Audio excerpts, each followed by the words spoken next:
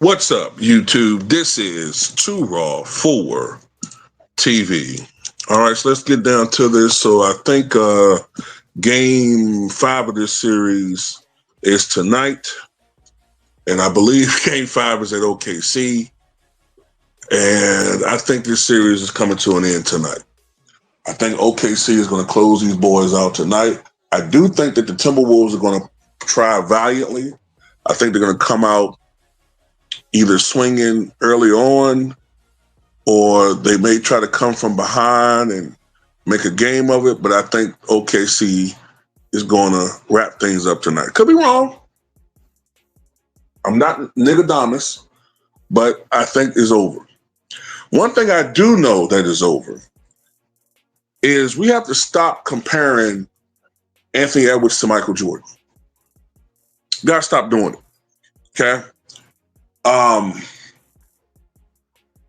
Just because a player is dark-skinned and can score doesn't mean that the next coming of Michael Jordan.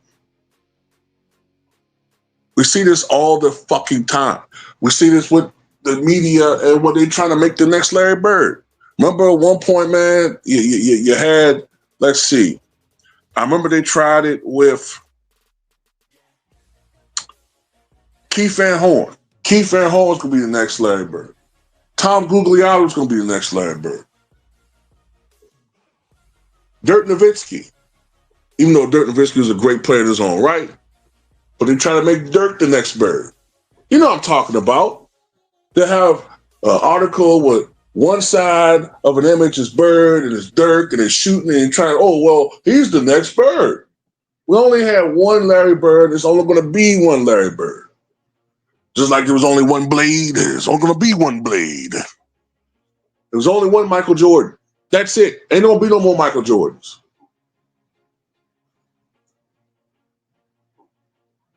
Michael Finley won Michael Jordan. Jerry Stackhouse won Michael Jordan. Kobe was the closest thing we ever seen to Michael Jordan, and he wasn't Michael Jordan, in my opinion. I know some people disagree, but yeah, it is my opinion. I know who ain't Michael Jordan. This dude. Michael Jordan was only outscored in a playoff series once. Once. And it was his first playoff series against the Milwaukee Bucks back in 1985. And he was outscored narrowly by Terry Cummings, who was an all-star player back then. By the way, if some of these guys, some of these bums will get into the Hall of Fame in upcoming years, and yeah, I'm looking at you, Draymond Green. If some of these bums are getting in, then, you know, a guy like Terry Cummings need to have some more consideration. Definitely Kevin Johnson, some of these other guys. But anyway, Anthony Edwards in this series, 24 points, 7.8 rebounds, 5.3 assists, 0.5 steals. You never saw that stat line for Michael Jordan. Even with the Wizards, you never saw him average half a steal a game. Now, steals aren't everything, but You look at the stat line for this series. He's shooting 49% from the floor. That's pretty good. That's good, actually. Very good. 69% from the line. That's subpar if you're comparing him to Michael Jordan, who was usually always over 80% from the line. The 31.3% from downtown baffles me. Look, Ant has taken 69 shots in this series. 32 of the 69 shots have been three-point shots. Now, this was Steph Curry, 6'3", not as physically gifted as Ant-Man. I understand that. I understand the approach that Ant takes, where he's taking what the defense gives him. Fine. But I've seen certain instances where Ant, a lot of times actually, Ant settles for threes. Now, I don't know whether he is concerned about, a lot of guys are doing this now. They're concerned about preserving or prolonging their careers. You know what I'm saying? A lot of these guys look at the NBA, they look at the history of guys who are slashers, know that most of the time their primes are not as long. Look at Dwayne Wade, he started wearing down by the time he was 30. Iverson was a aberration when it comes to that, though. Like, Iverson was a guy who kept his quickness and his athleticism for a very long period of time. But, I get it. But no, you can't have anything handed to you, man.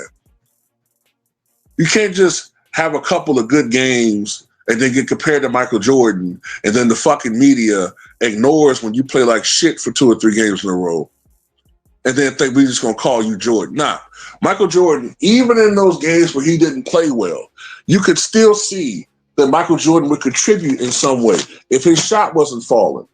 Free throw merchant, you can call whatever the hell you want to. He'll get to the foul line. Try to beat you that way, knowing he was 83, 84% for his career. He was a great offensive rebounding guard and a good rebounding guard in general. If the shot not falling, he going to amp it up on the defensive end, shut down his man, help out with as far as rebounding is concerned, and, facilitating, because he was an underrated passer. People just forget the dude averaged over 5 assists a game for his career. It just baffles me. The guy played in the triangle offense. Before he played in triangle offense, he was averaging over 6 assists per game. But they want to act like LeBron's 7 assists is so much greater than Michael Jordan's 6. I don't get it. Before he went to play in the triangle offense. Same thing with Kobe. But that's how you know these motherfuckers don't know shit about basketball. Oh, why didn't they average more assists? Because they played in triangle offense, you stupid motherfucker. They didn't have the ball in their hands constantly, like LeBron James. But anyway, no. And it's not Michael Jordan. He can't be given anything. He has to earn it. And so far, he hasn't earned anything. Now, I know he said he don't want to be the face of the league. Fine. Well, if he don't want to be the face of the league, stop giving him shit. Stop giving him anything. And give it to those who earn it. Give it to Giannis. Give it to Nikola Jokic. Give it to Shea. Hell, give it to Tyrese Halliburton.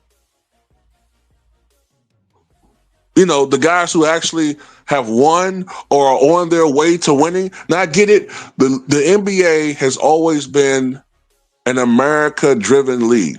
It originates here, even though the inventor of the game was from Canada.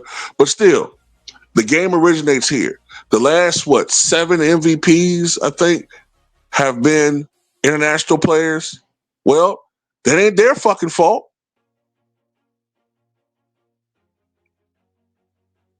And even the last American MVP, James Harden, Kobe Bryant told y'all, his brand of basketball is losing basketball.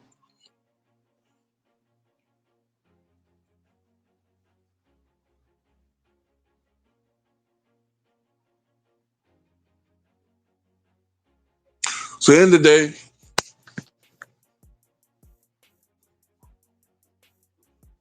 I mean, stop with this, Mike's son shit, man. It's he hasn't earned any of that. And to be honest with you, to be considered Michael Jordan's son, and I get the joke, and I sometimes play into this as well. But really, you got to win multiple championships. And you got to be like the best player in the league. Like it can't just be you having a good year and you win a title, and then next couple of years you put up numbers, but your team don't get back to the finals. No, that's not Michael Jordan domination. Michael Jordan domination was he was by far the best player in the NBA. Period. Oh no, well I can see an argument for no, none of that shit. He was the best player in the NBA throughout most, if not all, of the 1990s. Now, you can make an argument 94, 95, Elijah won. I get all of that, right? But you know what I'm getting at. Every year, the Bulls were in the NBA Finals when Michael Jordan played a full season. And in 90, they were in the conference finals.